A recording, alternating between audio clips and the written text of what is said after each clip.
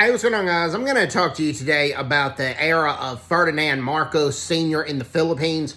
His son, Bongbong Marcos, is running for president of the Philippines, and amid a major catastrophe or a major setback, Bongbong Marcos will win the presidency more than likely.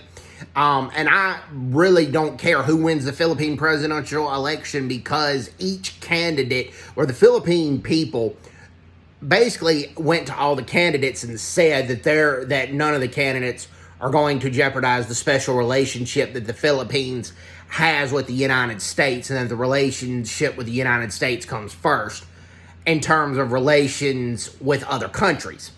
Now, that being said, Bongbong Marcos' father was Ferdinand Marcos Sr., and he's a controversial figure to this day. Many people who lived under him did not necessarily like him, and they ousted him, thinking that a free and fair election, which the U.S. and President Ronald Reagan called for, which ousted Marcos, basically.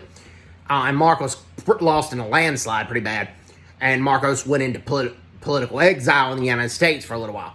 Well, they thought that would have brought a lot more prosperity to the Philippines, but in terms of economics, it really didn't. Under the Marcos years, there was not a lot of political freedom. The Marcos's rival party, the Liberal Party, thousands of Liberal Party supporters were jailed without trial. Some were executed without trial.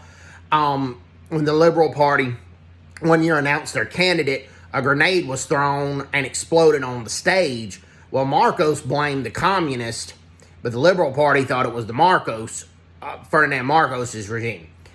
Now, that being said, Ferdinand Marcos was a key ally to the United States during the Cold War. The U.S. and the Philippines were each other's main trading partners during that time, which brought the Philippines a lot of economic success. Ferdinand Marcos sent the Philippines to the Vietnam War. It was an engineer construction battalion, and they helped construct develop a lot of South Vietnamese villages, a lot of South Vietnamese medical facilities, a lot of South Vietnamese irrigation systems, and that was thanks to Ferdinand Marcos. Also, the Philippines was a rice self-sufficient nation during the Marcos years, which were a long time, for about 21 years, when he ruled, and through a lot of those years, he declared martial law, which suspended the Constitution.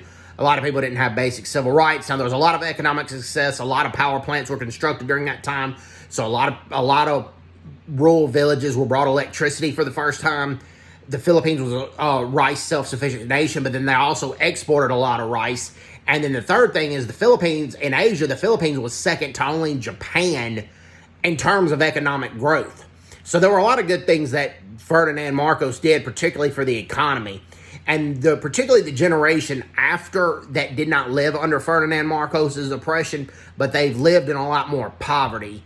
And they don't really see why Marcos should have been overthrown, because the Philippines enjoyed a lot of economic success under Ferdinand Marcos, and many Filipinos are looking for economic success again.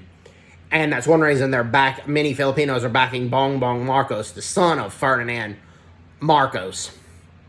Now, Ferdinand Marcos did escape a Japanese POW camp in World War II, and he was a guerrilla fighter. Now, there's a lot of controversy if he was really a hero guerrilla fighter and a decorated one, or if he sold a lot of stuff on the black market during Japan's occupation of the Philippines. But we do know that Ferdinand Marcos Sr.'s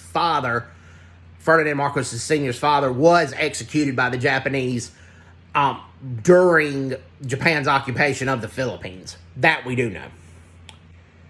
And Ferdinand Marcos joined the ROTC, in Army ROTC, when the Philippines was a United States-held territory, and he became a skilled marksman.